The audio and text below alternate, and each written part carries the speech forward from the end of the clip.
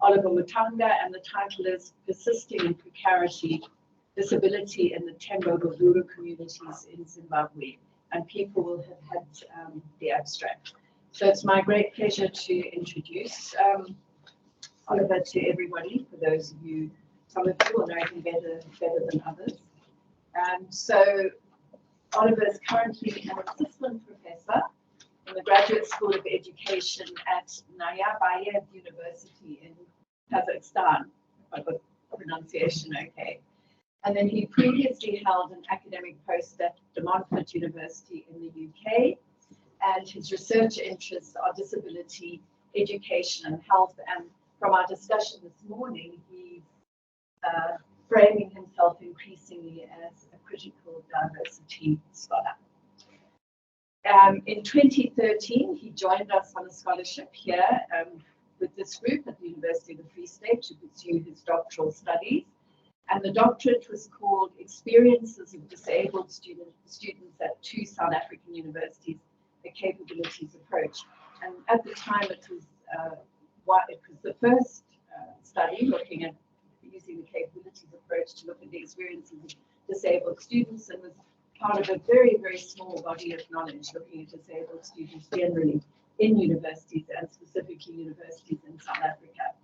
And then a revised version of the thesis was subsequently published as a book by in 2015, while he was still with us as a PhD student, he was awarded a fellowship by the University of Pavia in Italy and was able to spend a month there.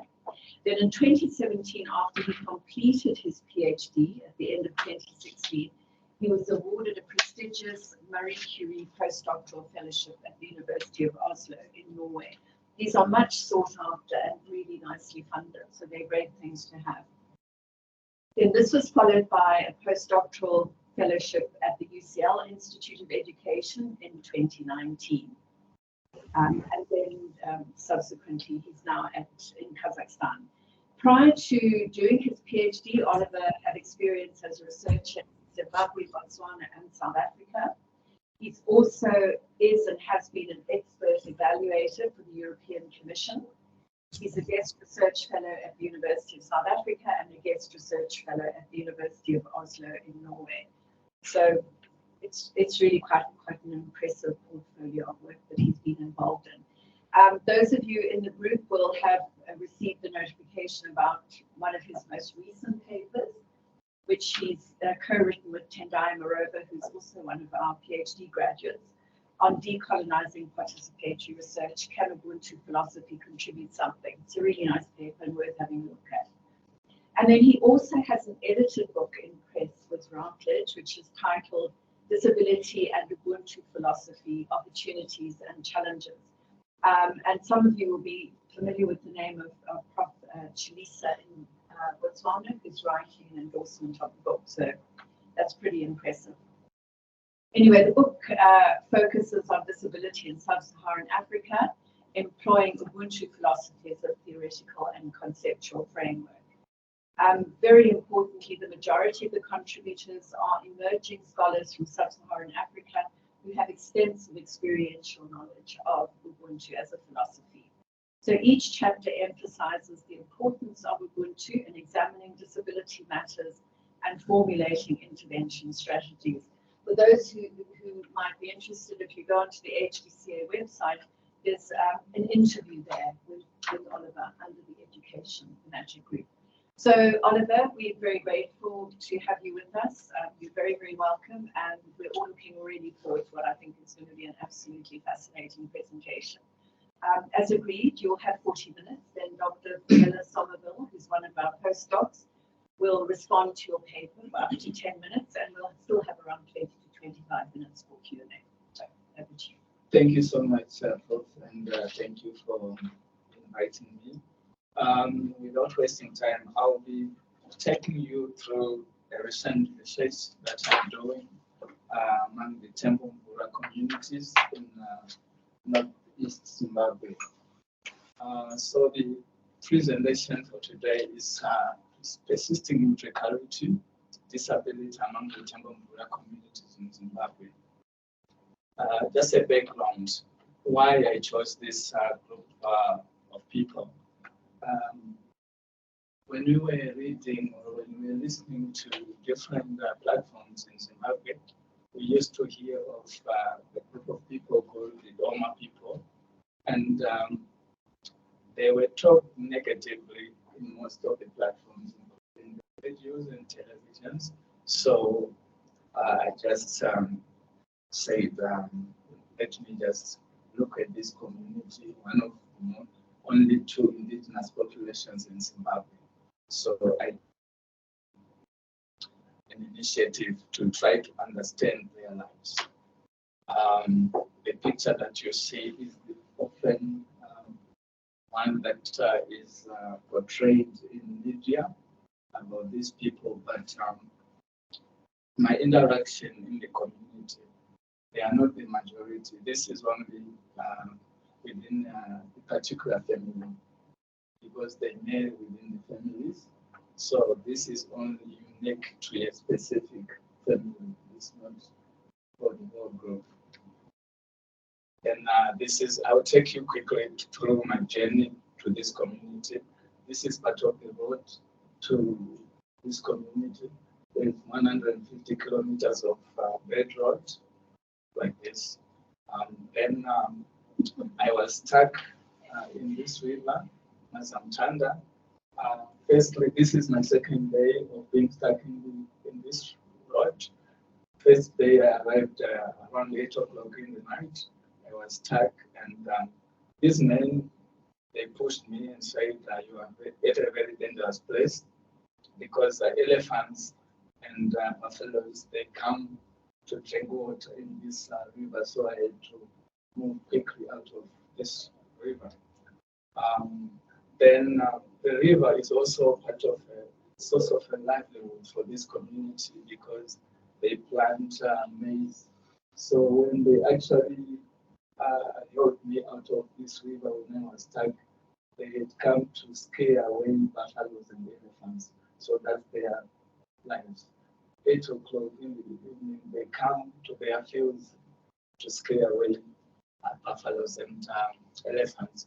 Then the mountains that you see were formerly their homes. These mountains now are part of SARChI-HEHD Safari, owned by some rich guys. So it's no longer it's now a no longer go area for them. Then behind these mountains, that's where the Zambezi river is. Then as you move, now I'm in the community, as you move around, these are the things that you pass through. This is a snake which was beaten, I think, by some people. Yeah. Then this is elephant dung. People can actually tell you when the elephants have passed as you go along. This is a buffalo dung. They can also tell you that it's from this morning.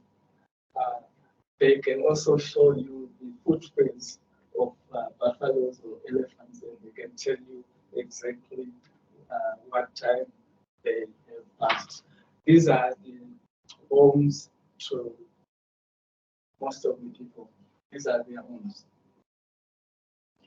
This is a tuck shop. This is where they get water. And I actually drank water from the source. So yes, we are now in Kanyama. So I'll introduce the background to the paper. Then I'll talk more about the methodology, and I'll move to the Western conceptualization of disability, and we'll go to the actual findings, how the Tembo Mvura communities perceive and experience disabilities. So I will use the Shona concept called which I will juxtapose with the concepts of vulnerability, resilience, and emergence. Then I'll also spend some time talking about the implications for these findings with regards to policy, practice, and research. So the aim of this paper is to explore the intersectionality between indigeneity and disability, using the case of the Tembo Mvura. So I will reflect on the concepts precarity, vulnerability, urgency, and resilience. So my goal is that is to identify key insights methodologically and empirically that can inform strategies that would help us to form more inclusive and supportive social environments. So about my positionality in this project or in this paper, I'm subjective in this project because I look at this project as I am part of it. Historically, my family was moved from where they were originally residing during colonialism.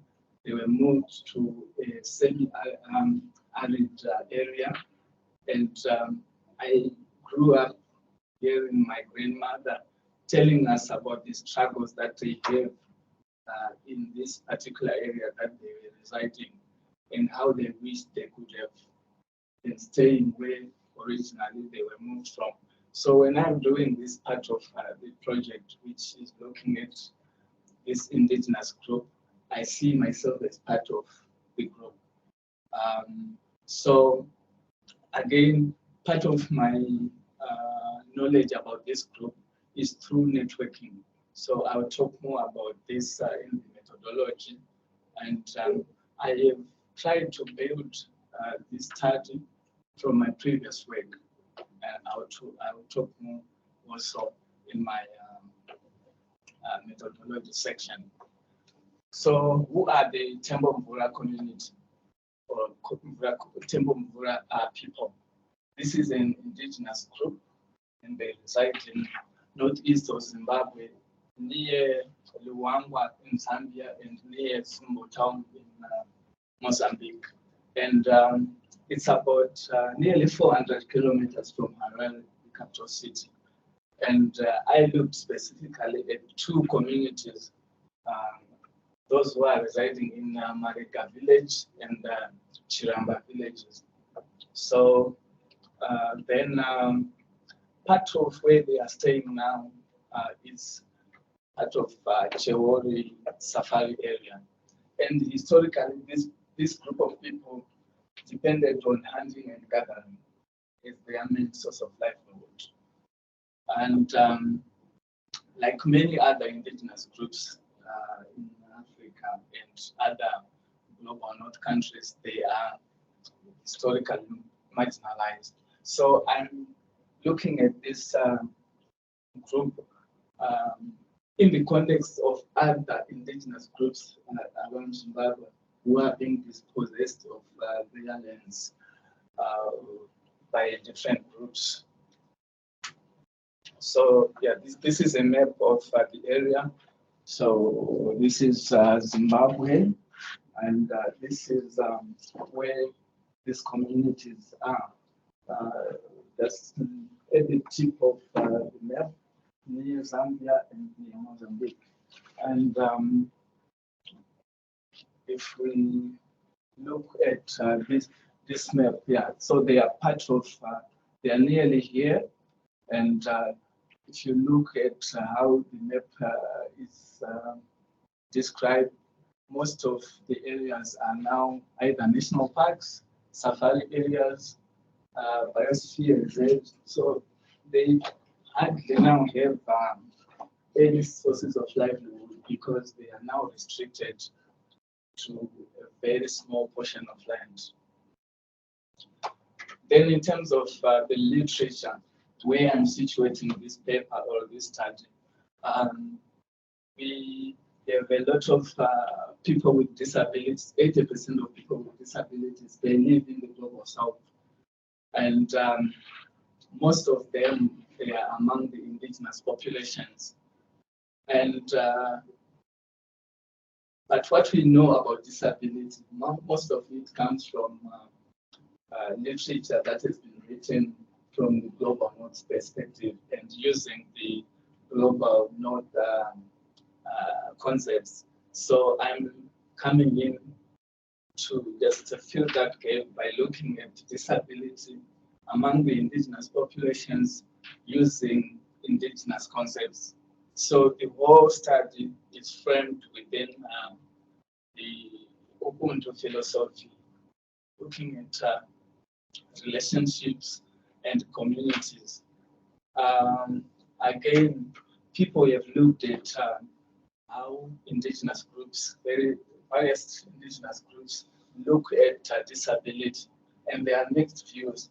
Some indigenous groups view disability in a positive manner, some look at it in a negative manner. And the conclusion is that these indigenous groups differ. So we have to look at specific groups in order for us to understand. And we have very few studies in Southern Africa that have explored specific indigenous groups to see how they view disability. That's not the problem, but if we don't know much about what those groups experience and perceive of disability, it means we don't have programs that are designed specifically for them, and they are left out of different programs, which is an injustice. Then briefly going back to what Western philosophies or Western concepts view disability as, we have the medical model, which is dominated by the medical profession. So they describe disability as a personal characteristic caused by disease, trauma, or health conditions. And they try to say we have to do something about it. And the disadvantage of the medical approach is that if you look at countries like Australia and Canada, it has led to institutionalization of many indigenous communities. That's the disadvantage of applying the medical model. Then we have the social model, which arose from activists, disability activists in the UK. It conceives disability as a form of financial, social, physical, and environmental oppression, and they disregard the pathological aspect of disability. But those who question social model, they say it ignores how indigenous people perceive bodily integrity, barriers, and disability. Because in some indigenous groups, some biomedical or neurodiversity actually are embraced, and at times they are celebrated. So the social model doesn't acknowledge that. Then lastly, the one that is being used in most countries through census and surveys is the International Classification of Functioning Disability and Health, the ICF. People say that it has helped for us to conceptualize disability across the world. And those who critique it say that it doesn't capture the significance of culture, spiritual practices, negative emotions such as isolation, shame, and loneliness among indigenous groups. So part of the reason why I did this study is to understand how indigenous communities conceptualize disability, not influenced by the Western concepts. So in terms of the methodology that I used a qualitative approach. Again, the whole study was guided by the Ubuntu philosophy. And in Shona, we say it was like like we want to as an idiom to say we involve as many people as we could. Not only the participants, but even in the design of this study, I had to include historians. I had to look for people who had done research in this community. So they were actually advisors for me to do this study. So I don't take credit as an individual for whatever comes out of this research. It's part of the community. Then we have storytelling, which is culturally relevant method that has been used among different communities. So they would tell me stories about the river that was stuck in their land and environment, the mountains that they can no longer access.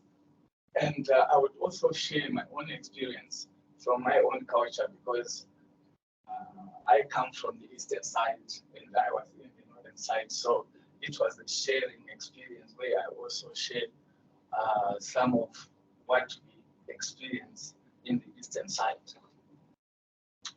Then for me to understand their experiences on disability and their perceptions, the focal thing was to start by identifying what they perceive as a person, what they would say who a person is. So for them, a person is somebody who belongs to something. You know, there's a sense of belonging. The person is somebody who can control the environment, and the person is someone who is can actually self-determine the course of life. So they have a relationship between them as humans, animals, and other natural entities. So there's interdependence, some responsibilities, and just reciprocity. So when any one of these is disturbed, then the essence of a human, the dignity of a person, is compromised. Then how do they conceptualize disability? So I also wanted to understand what they consider as disability, what they consider as impairment, and how does these two link with a disease. So for them, they often disregard, or they say it's disrespectful to categorize people by their physiological features and entities. So for them, it's not a matter. Like the picture that I showed you, those people with 2 feet, they are not considered disability. For them, disability is not like an issue. It's just a minor thing, but it's a difference actually. And when I used the ngwavaira, which is a Shona term for disability, they say in their own context, it's that's what they term disability. Those others, like being blind or being deaf, they just say it's a difference. For them, it's just a difference. So in their relational ontology, impairment is a mark of difference that set people with disability apart from those without disability. So when they are interacting among themselves, they don't usually use these terms. And when a disease cannot be healed after consulting medical professionals and their spirit, ancestral spirits, then they say it's an impairment. But again, for them, it's just a difference. So as to the causes of disability or impairment, they say they don't care about the causes or the reason why it has been done. They say whatever, even if it's let's say witchcraft, the gods have allowed it. So we have just to accept the person with that condition. Then the attitudes towards disability. The differences are acknowledged, but they are not yet stick to devalue anyone. So they accept that people are different. There are those who cannot see, and those who can see. But for them, there are other major pressing issues. And how do they treat people with disabilities? they say every individual, regardless of impairment, is an integral part of their community. And interconnectedness influences how they view disability. So they say a family or a relative has to look after somebody with a disability. So what are the underlying factors that can explain these experiences and perceptions? For them, I think what makes a human being or a human is that the person has to be belonging and to self-determine. They have to then be connected to their spiritual world, whether one is adopted the current religions or their ancestors, and they have to connect with the environment which gives them their livelihoods. So this set makes somebody a true human being or a complete human. And when these are disturbed, then somebody is no longer a full human being. So we go to the land and the environment, how they have related to their land and environment. So since colonialism, there have been no adequate funding for service provision in these communities. They have no land rights, they have no land tenure. What actually is happening is what the scholars call eco-colonialism, where their environment is being exploited by these safari companies. And now animals come and kill people in their homes or destroy their crops. And they don't have to do anything to the animals because of these agencies which have been set by the government. For example, the environmental management agents, they have people who monitor.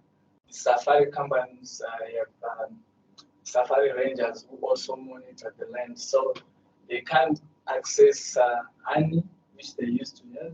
They can't access game meat, which they used to have. And palma, nyaya, and hona, these are tubers which they used to eat because they are now in the restricted areas.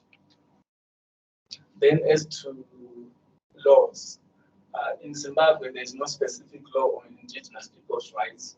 Zimbabwe didn't, it's not part of the Indigenous and Tribal Peoples Convention of 1989.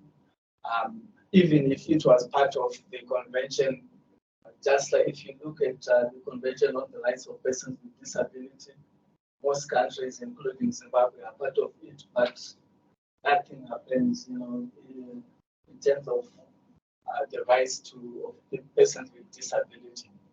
Then there is a program that was set up by the government called Campfire. It used to give dividends or makanda to people dispossessed of their lands. So the safari companies should be giving concessions to these communities for all the monies that they generate. But at the moment, nothing is being given to these communities.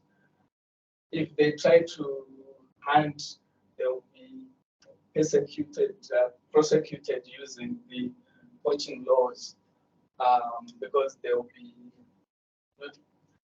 they should be having hunting permits. Then again, in terms of law, they're no longer free to move to Mozambique or Zambia and their sacred places because now they should be having permits or passports or pass. And at international law level, even if Zimbabwe was part of the Indigenous Tribal Peoples Convention, the Convention on the Rights of Persons with Disability, the indigenous people were excluded from it. So the international law, again, in as much as the municipal laws, it's not favoring indigenous people. Then in terms of labeling, the war group is labeled negatively. Where they are labeled Wadoma, which is not what they want. They refer to themselves as the Tembo Mvura, but people use Wadoma and they use different terminologies to say they are primitive, they are backward, they are unsophisticated because they are resisting to be assimilated into the mainstream groups in Zimbabwe. So in order to understand these experiences and these perceptions, I used a Shona concept called Ubuntu, which is, I think, can capture what in English you might call precarity.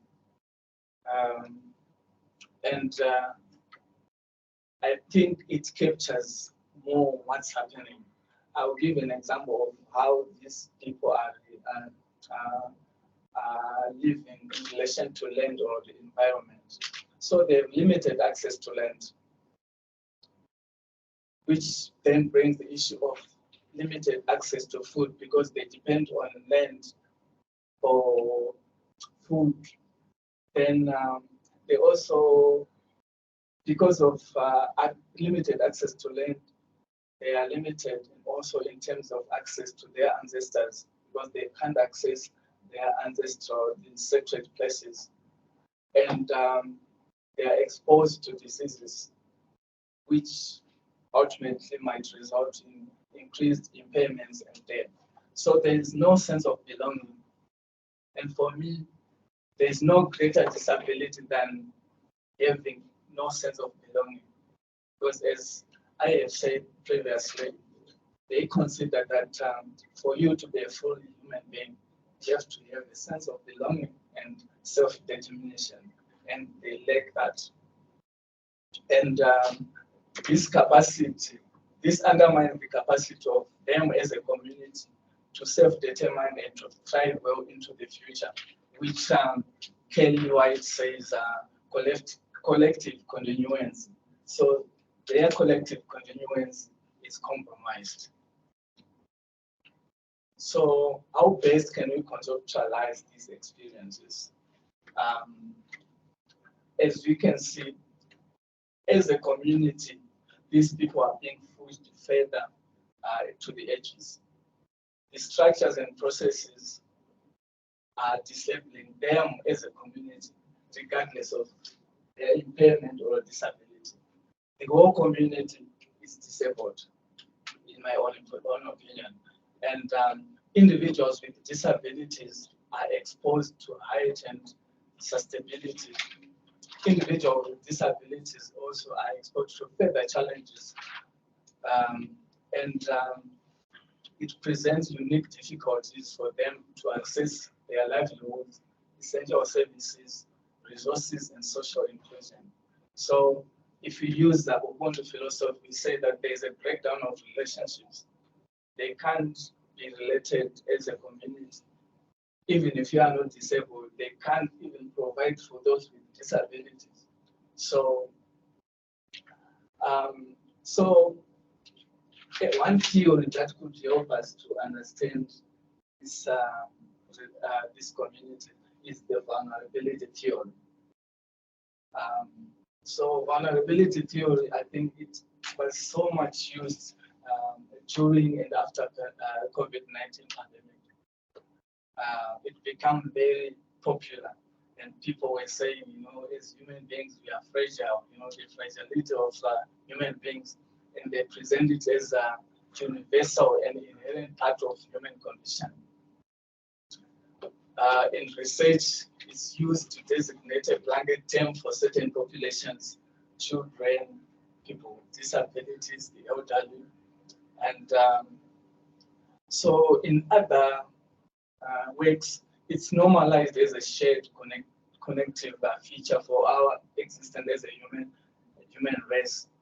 And it is justified in human treatment. For example, if you go at airports these days, high securitization, you know, at times you are left like you feel like you are naked. You remove your shoes, you remove your belts, everything, you know.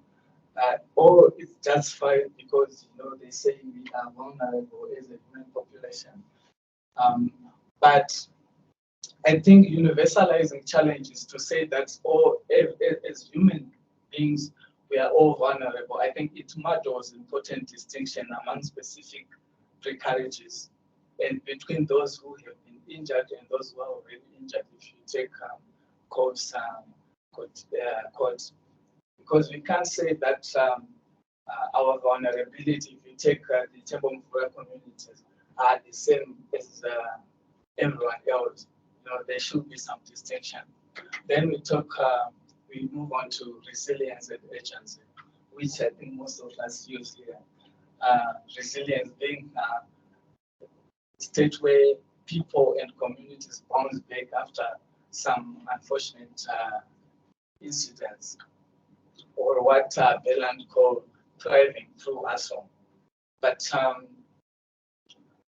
Butler argues that if we are talking about individual community, she says the problem with resilience is that individual community responsibility to become self-sufficient, when self-sufficient is structurally undermined, it becomes a problem. So in other words, resilience perpetuates the same structures and systems. They are saying do something about your condition without advocating for the change of the structures that are actually breeding the injustices. Then precarity. I think that the precarity theory explains better the situations of the Tembo Mvura community. According to Butler, it's when she says that certain lives are worse off than others. They are more exposed to violence, lack and neglect, and less likely to be grieved if lost.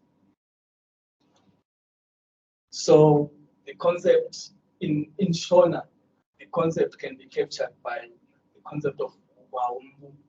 When we say a state of existence characterized by unpredictability, insecurity, and defenseless. It's extreme poverty. You have nothing. In other words, in Shona, they say, you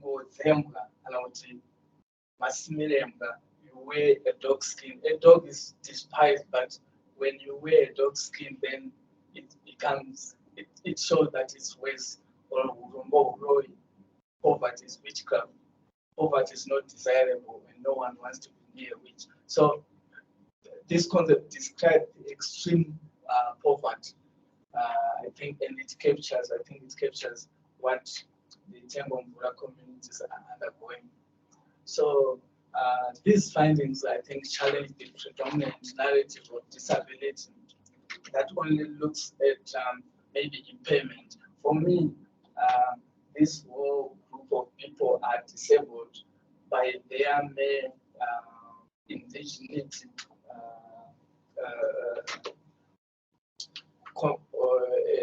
being the Tembo Mvura people.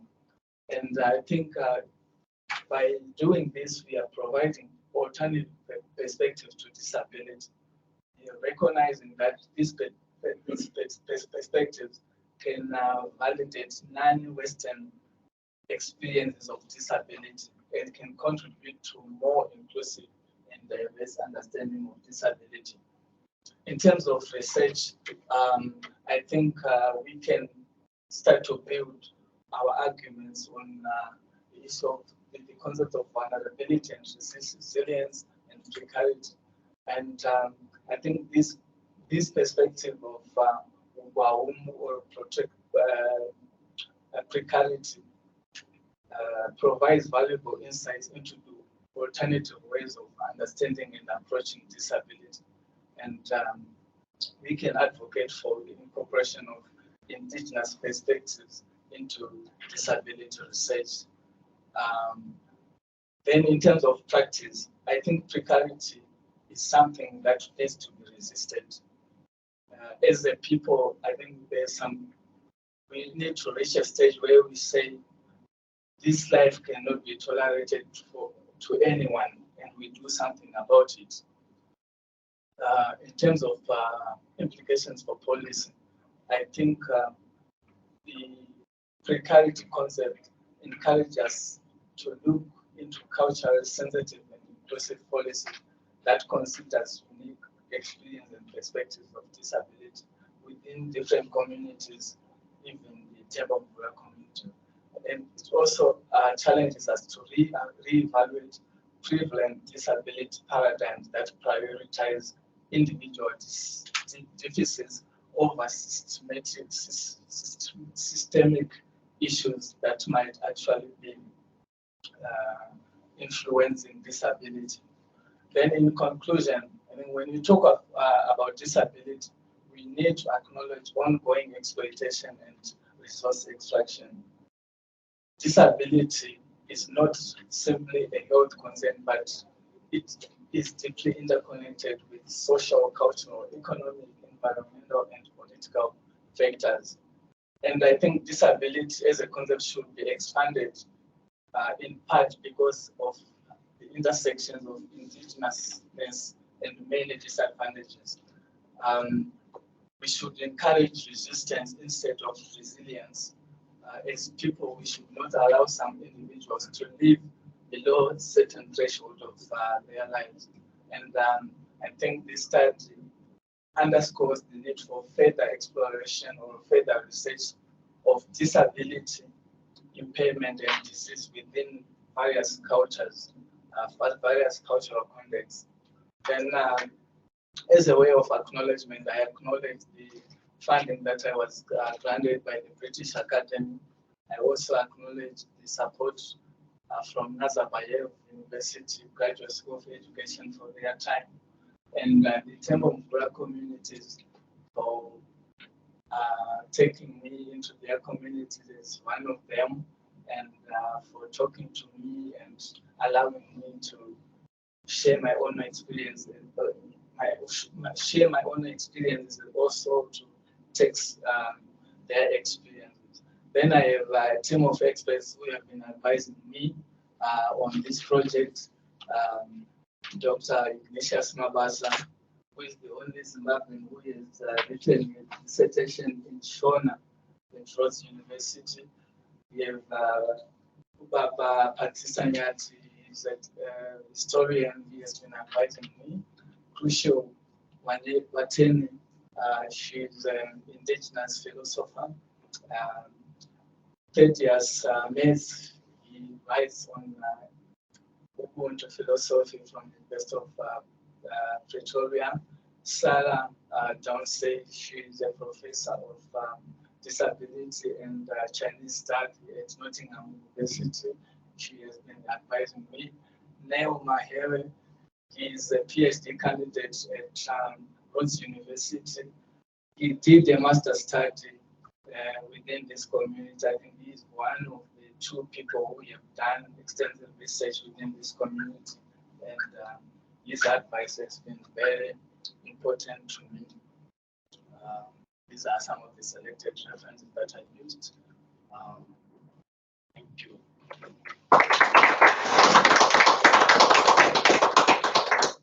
Thanks, Oliver, for a very, very rich presentation, which I'm sure is going to provoke and generate a lot of comments and questions. I'm going to invite Fenella Somerville now to provide a response to the paper before we open it up to questions. Thank you. And before I start, maybe I should say that my response wasn't grounded in the paper because I didn't have it beforehand. Yeah. So my response was actually derived from the readings that you sent and what I've learned in the last couple of days. Yeah.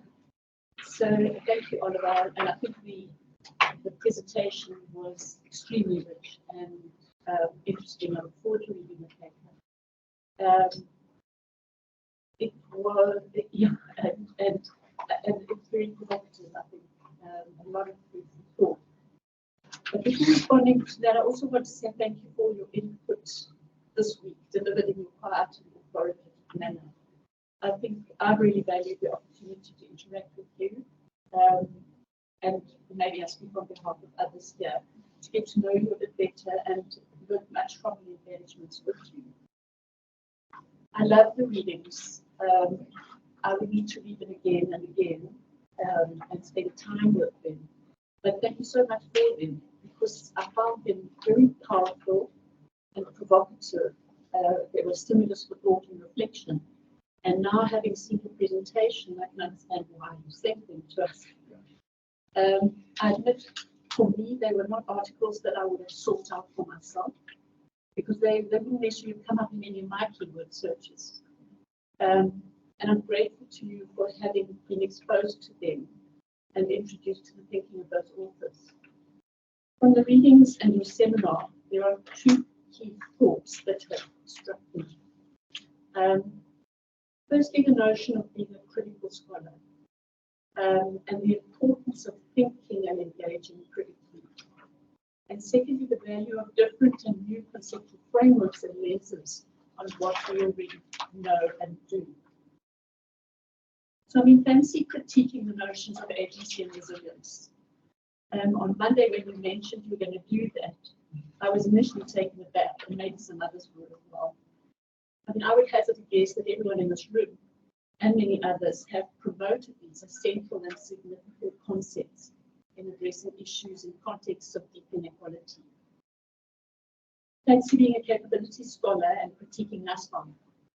Only the very brave do that, was my thought when I first read Jessica Yarsfeld's paper, 2021 paper, critiquing Nazarbayev's central capability of other species. And then again, when I read Nzegu's the shorter paper, I wonder what Nazarbayev herself thought on reading those responses. Yet both were done in a truly thoughtful and respectful way, which speaks to ways of engaging. One of the many things I valued about being part of the centre is the opportunity to be exposed to different people's work, and through our activities such as seminars, brown bags, colloquia, and so on, to be forced to engage more critically with a range of work, including that in our own field, especially so, and that in fields that are new to us. I remember sitting in presentations as a first-year PhD candidate and hearing the questions that postdocs posed, wondering how did they even think to ask that question? And it made me wonder why we don't. And just off the top of my head, I wrote down a list. Well, first, because it's hard. Secondly, it's risky. We make ourselves vulnerable. And I mean that in the individual and most basic sense of the word, even the reading you gave us. Because we only have limited knowledge. Because we don't have time, pressing deadlines. And because we're lazy and that you don't make the time or the effort. And none of these are reasons not to do it, because it's to our own detriment. So as I progressed from the starting blocks of the PhD, I had to force myself to learn to listen and think at the same time. Usually I was so busy listening I couldn't think. And to come up with at least one question, even if it was only in my head and I didn't voice it. And you've reminded me that being a critical scholar is an important process. And we ought to seek opportunities to develop our criticality in how we think, how we work, and how we interact with the world, particularly with the plethora of information that confronts us on a daily basis in this post-truth world. Secondly, the second takeaway was the notion of having the courage to use new and unfamiliar conceptual lenses on our work. When I downloaded the readings you sent, I wondered if I'd received the correct material. Your field is disability. Why are these readings about feminism and gender? I checked the email again, same download. Wow. Maybe you're doing different work these days. But in the conversation since Monday, it was clear that disability is still your field of specialization. I have to add in here that today's presentation had, when we work with disability, and often the question is, well, how do you define disability? I think you've raised all new questions about how we actually define disability.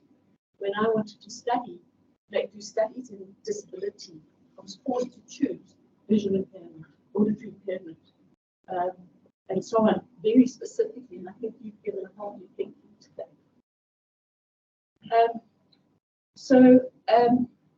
I was left wondering, well, why readings in feminism and gender there?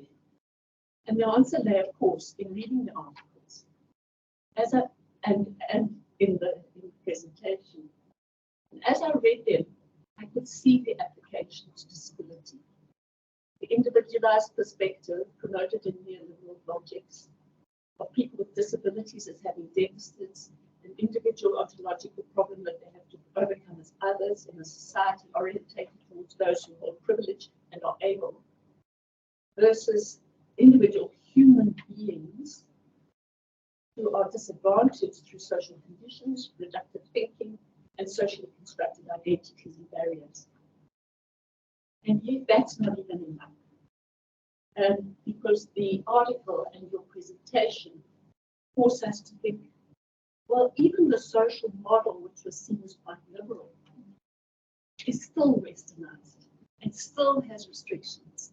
And we've got to think even beyond that, question beyond that. So we all use the capability approach, and it's a very useful and strong framework for conceptualizing and evaluating higher education. But recently, with Caroline Hart's visit, we were prompted to think critically about the capability approach and its gaps, what it doesn't do, and venturing into the use of other theories to supplement the capability approach and enrich our work. And we don't do that for the same list of reasons mentioned before. It's hard. We lack knowledge. It takes time to get to understand new theories. We're lazy and so on. And again, it's not a reason not to do it. And we avoid it to our own peril and loss. So in sum, you've given us cause for deep reflection. When are we being uncritical and unquestioning of assumed conventions rather than really engaging with what people say and write, whether it is academic, political, social, or cultural?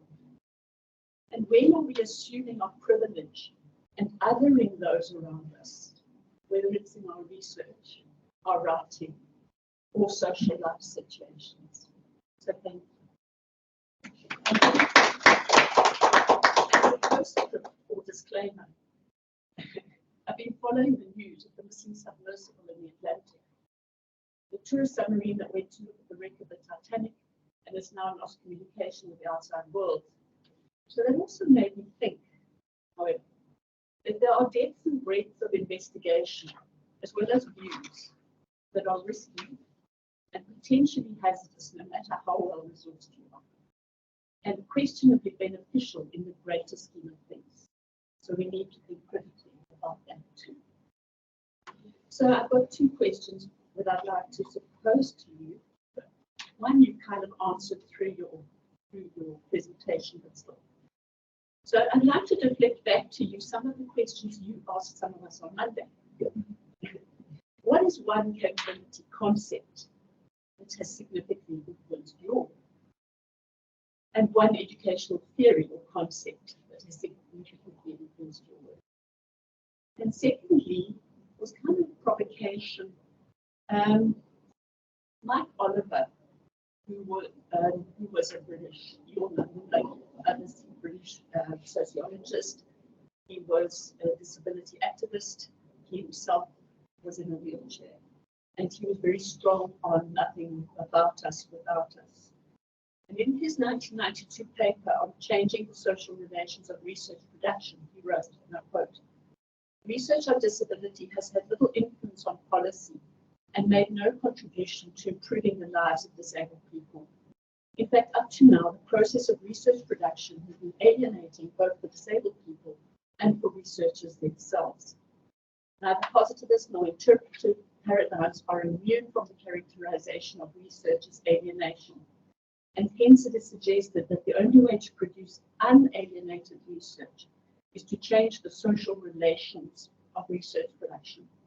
The change will require the development of an emancipatory research paradigm." So in your work as a critical diversity scholar, do you think there's been any change in the past 31 years when it comes to changing the relations and use of emancipatory research paradigms in research on disability. And what emancipatory research methods or methodologies do you use or have you used in your research in the field of disability? Thanks, Fenella. Can we add a couple of questions to that so that we can open it up a little bit? Is that all right? Yep. Yeah. Can I ask, when people ask their questions, please don't give us a paper. Just tell us what your question is. You know, there'll be other opportunities to hear about what people think. So I'm going to take two questions from people in the room, Mikateko and then Simon. And then we'll open it up to the people who are online, and at this time we'll come back to the people in the room, which would be Tiffany would be first on the list, followed by Dave, and followed by Edward. So that's pretty much as we can do. I'll have to shut up this time.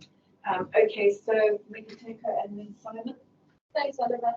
My question is about language, because it's central to storytelling. So I wondered how you dealt with the limitations of the kind of translation you were able to do and not able to do, especially considering the idioms, the kind of phrases that the Tembo Mvura community were using. Did you work with linguists who were able to give you background on the etymology of the words and the way that they tell stories? And if you didn't, how did you kind of go around that work of translation? Simon, and then we'll give Oliver a chance. Thank you, Oliver. You mentioned models, medical model and social model. Yeah. What do you find out of that? Where do they belong? How do they perceive their disability? Are they belong to medical model, social model, or somewhere? Okay, Oliver.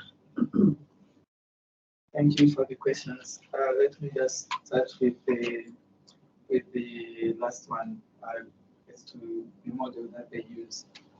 They don't use either the social model or the medical model because for them, as I said, impairment is just like any other difference. So I don't think it falls within any of the existing models of disability. Then as to the languages, how I translated some of what they say. So in these communities, if you talk to other people, the kind of language that they use is almost similar to Shona. So I can pretty understand that. But if you talk with others, you know, they speak, some speak the Nyaya Zambian language. So you need an interpreter. So I was working with the local person who was interpreting. And if you have seen from my presentation, I have tried much to avoid quotations. I have never used quotations that were coming from these stories and the interviews. The reason being, the stories are so long, you know, so I'm still thinking of how I'm going to treat the verbatim from these interviews. So it's something that I have to clearly sit down because I don't want to, again, translate and lose the actual meaning of what they actually saying because I'm translating into English. So it's something that I have to think through. I haven't come up with a solution, but it's still work in progress. Then the question of the emancipatory research that I used, at times I don't want to be caught up in the terminologies of what people categorize as emancipatory or not emancipatory, but I'll tell you how I think I have used my work to influence policy or to influence practice. So my other project, which I think is almost similar to this one, which I did when I was at UCL, it was looking at teacher education, teachers' colleges in Zimbabwe, and inclusive education in primary schools and secondary schools. So what I did with that, I think I have told you, some of you, that I actually chose an area in my own village. So these schools are in my village. I was actually walking from our house, our rural house, to these schools. And what I ended up doing is to convince teachers to say, I know that some of the students, some of the children in the villages with disabilities, they will never come to school. But can we make a deal where you voluntarily give your service? You travel to these villages and you teach those who can't come to school just for free, so that they can know the basics, counting and reading, writing their names, and it's ongoing. So I think in that way I have done something practically that is influencing the lives of people. Then I think with the advice of Elaine and Moses, when I was still at UC, with that project, what we did was we invited the permanent secretary in education in Zimbabwe to London for a workshop. At first, I was hesitant, but they told me that if you want to influence policy, you have to, whether you like this ruling, those who are in the ruling party, they make things. So you have to invite them. When they go back, even if they are going to do, very small things, at least we have tried. So nowadays I work with politicians, those who are ruling. And as much as I don't like them, they make things happen. So this is an approach that I have incorporated into my own research. Then the educational theory that I have been using, I don't think I have used a particular set of theory, but what I do is to take specific concepts and try to expand on them or to use them. And the capabilities approach concept that is influenced my work, or that I like most, is the capabilities themselves, freedoms. So yeah, I have again in this presentation I didn't specifically mention any of the capabilities approach theory concepts, but if you listen carefully, they are all over, and I'm also trying through this paper, I'm trying to say, how can I engage the issue of adaptive preference? What can I deduce from this in terms of responding to the issue of adaptive preference? Again, it's an ongoing work. We got online who wants to ask a question.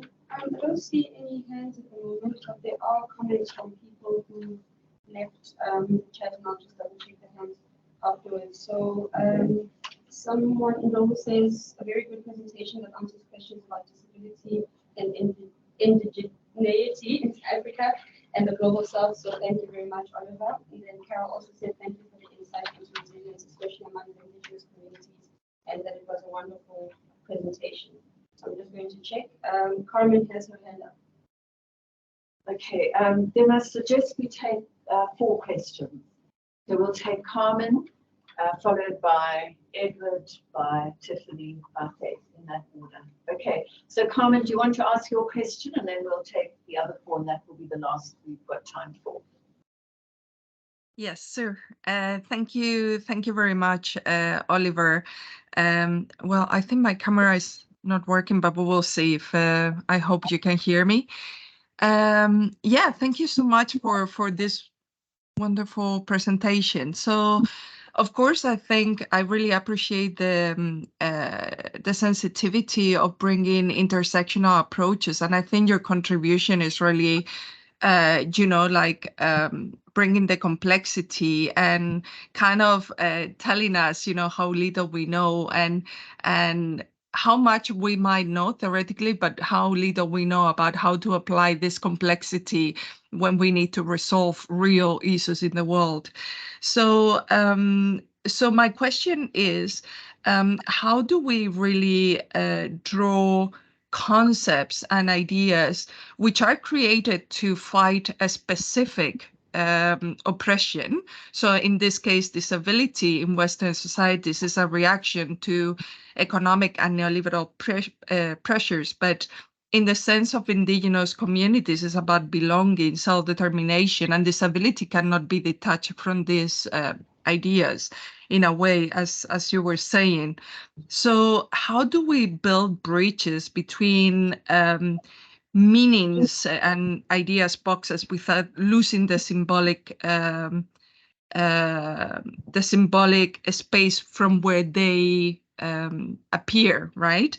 And this bring me in connection with what some scholars argue about creating terms of resistances that are porous, flexible, and moving, so they don't become just indigenous or just Western, because we have the danger of becoming extremist and then unbalance the intersectionality approach that you have brought, and it's really rich. So that's just a question. I guess it's a reflection, right? And what you think about it. Thank you. Thanks, Carmen. Edward? Mine is in relation to language and hegemony. So when we started your presentation, you told us that the Tembo Mvura are among the marginalized communities, and I noticed in your presentation, when you are presenting the data, mostly you are using Shona phrases. So doesn't then that disempower the Tembo Mvura? One thought that maybe using phrases from the Tembo Mvura language to empower them to tell their own experiences. What's your comment on that? Thanks. Tiffany? Thank you, Oliver. Thank you, Oliver, for the presentation. I think the three concepts that stood out that I found interesting were the issues of agency, resilience, resistance, and radio resistance. But then my question to you is, for one to resist, they need to be empowered. And from your presentation, most of the things that would empower these people to resist are the things that they are being denied of. So where do we even start to talk about resistance in that context? Thanks, Tiffany. Faith, last question. Okay, thanks, Oliver. I think I've got two. The first one is, I know you were not doing an education study, but do you have a sense in terms of they value education? Do they aspire to go to schools, or do they know about universities? Are they agentic in that aspect, in general sense? And then the second one is, how do they define or consider poverty to be beyond being moved from where they were before? Now, what would make them think that they're not poor? Thanks very much, Oliver. All right, thank you so much. I'll start with the last one. In terms of poverty, they acknowledge that before they moved from the mountains, life was not perfect. But when they compare, even if you talk with the young generation who were never in the mountains, they say it was better. It's better if they were in the mountains. Not that it was perfect, but compared to what they are enjoying where they are, it's actually better. Then in terms of education, so we have two communities. Actually, there are three communities in that area where they are settling, but I listed two communities. So the first community, in the first community, there's a school. In the 70s, they had this through their Adventist relief agents. They built a school for them. And so part of the community is to children. Some children go to school with the support of different organizations like school. Then the other part where I went, it's separated by the river again. The river which I was stuck, it goes down to Zambezi. So at some point, they are on the other side. No children go to school in that community. Not even one. So as to if they whether they aspire to go to school or aspire for other lives, for them it's not an issue at the moment. What they struggle with is day-to-day life, what they should be eating. That's what matters to them.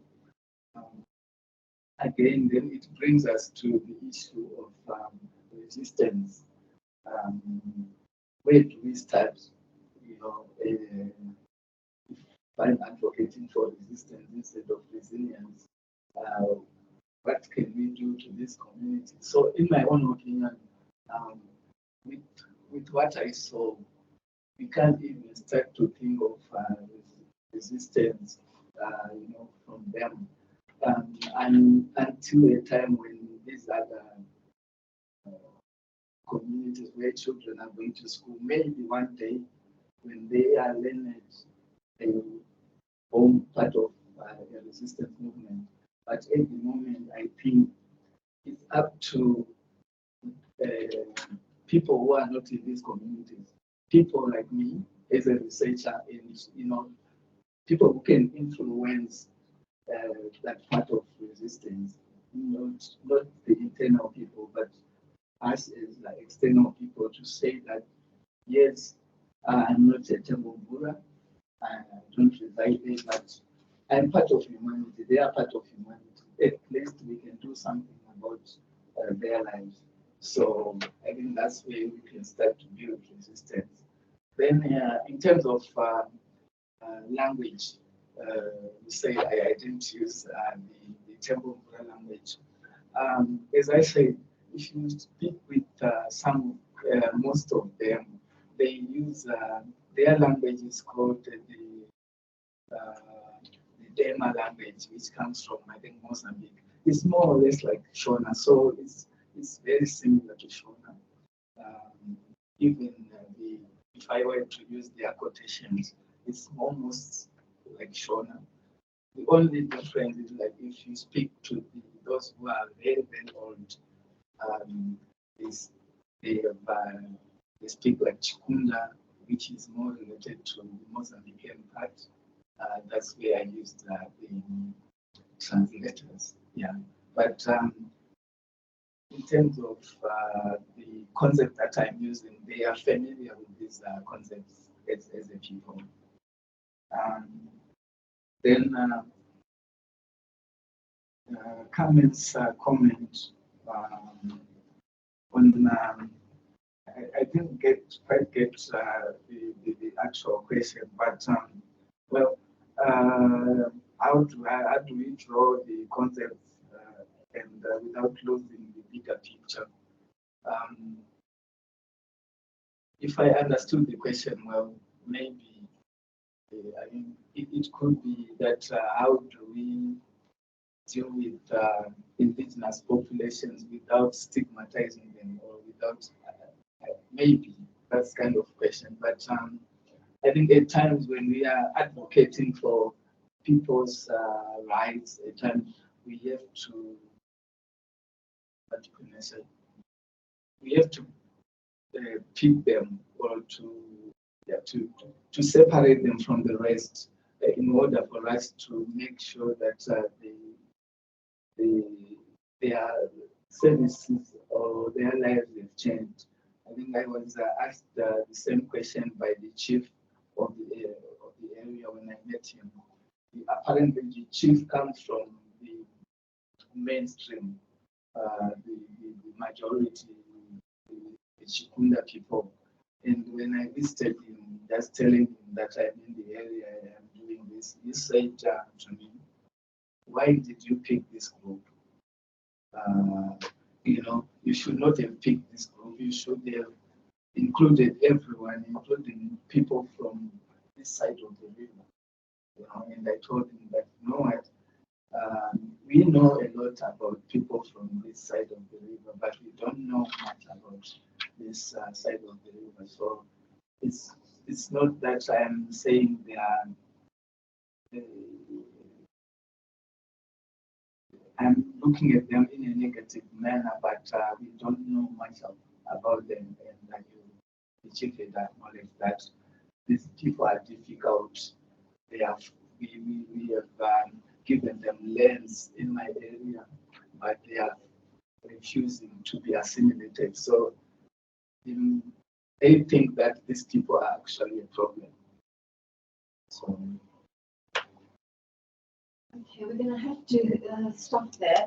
I want to thank Oliver for an extremely interesting presentation, not just substantively, but because I also think it's a really good model to everybody else in terms of working with context and history, working with conceptual frames, and working with empirical data, all wrapped up in a research process which works to be non-extractive, to think about issues of positionality, language making a difference, and so on. So I hope some of you have taken that away from the presentation as well as the substantive issue. But thank you, and thank you for being so adept and agile and thoughtful in responding to all the comments. So.